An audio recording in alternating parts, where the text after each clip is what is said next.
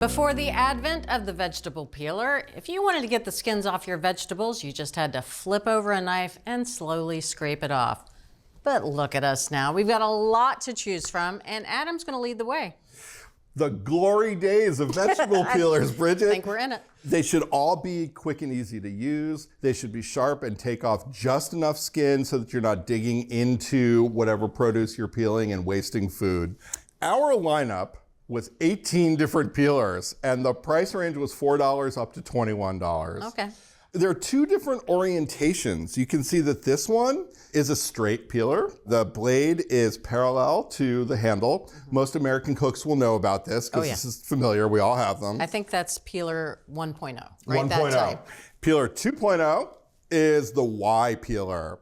This one, the blade is perpendicular to the handle, maybe a little less familiar for some American cooks. We had a squadron of testers with different levels of experience and different hand dominance do all kinds of different types of produce. There were carrots, and we did timed trials on the carrots, and we measured the thickness of the peels just to make sure we weren't getting too much carrot flesh on there. Sure. Butternut squash, like the one you have in front of you, potatoes, celery root, and those are really craggy and gnarly, hard to peel. Pieces of fresh ginger, and also lemons. We were taking off strips of zest for cocktail garnishes. Yeah. My favorite test, personally. And that better be thin.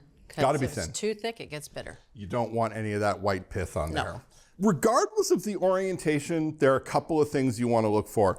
The blade should be sharp, and it should ideally stay sharp. Some of the blades that were stainless steel got noticeably duller by the end of our testing. Carbon steel blades, on the other hand, like this one, stayed nice and sharp. Now, these require a little bit of extra care. You should wash them and dry them after every use. That'll help prevent rust buildup, which isn't dangerous, but it's also not something you want on your peeler. And you can also oil it just a little bit every now and then to help prevent the buildup of rust. Okay. Another thing that you want is the blade to have enough swivel so that it will work with the contours of the vegetables, the fruit that you're peeling. And I want you to try this white one that's right in front of you. Okay. And try that on your butternut squash there and tell me what you think.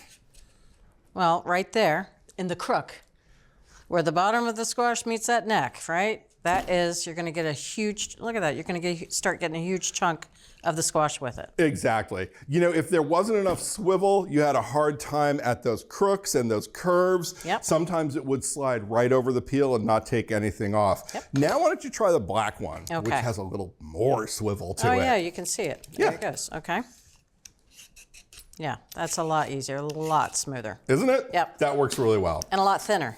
Another thing that you really want is to have enough space around the blade for the peels to pass through easily to prevent clogging. Okay.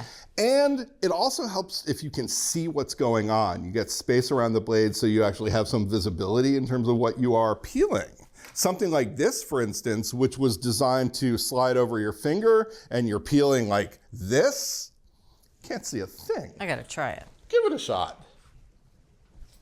No, it's completely covering up everything you're doing. Also, not a lot of swivel there. Not a lot of swivel. All right. Not comfortable to use. That one, testers universally thought this was awkward. You want a handle that is fairly neutral in shape and has a nice soft coating. Something like this, that's just gonna make it easy for righties, lefties, for people to grab it in different positions. A neutral handle, speaking ergonomically, has good affordance. Just a lot of variation there. Okay. Testers chose winners in both of these styles. This one, this is the Kuhn Recon Original Swiss Peeler. It's $5. This was not only the winning Y-shaped peeler, this was the winning overall peeler. It is super light.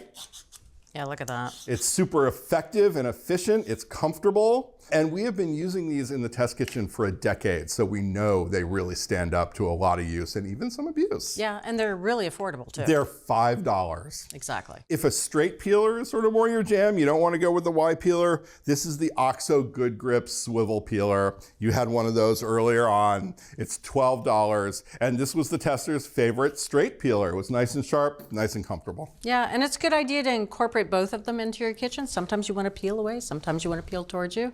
And it's great to have both tools on hand. Got to have those peeling options You do. in the glory days of peelers. Very appealing. Ha ha ha. Oh boy. Well, why don't you get yourself a new vegetable peeler? If you want to pick up the winner, it's the Kuhn Recon Original Swiss Peeler, and that runs about $5.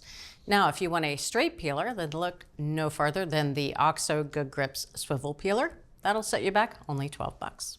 For full episodes of your favorite cooking shows, head over to ATK's Full Episodes channel on YouTube. You can stream complete seasons of America's Test Kitchen, Cook's Country, and more. See you there.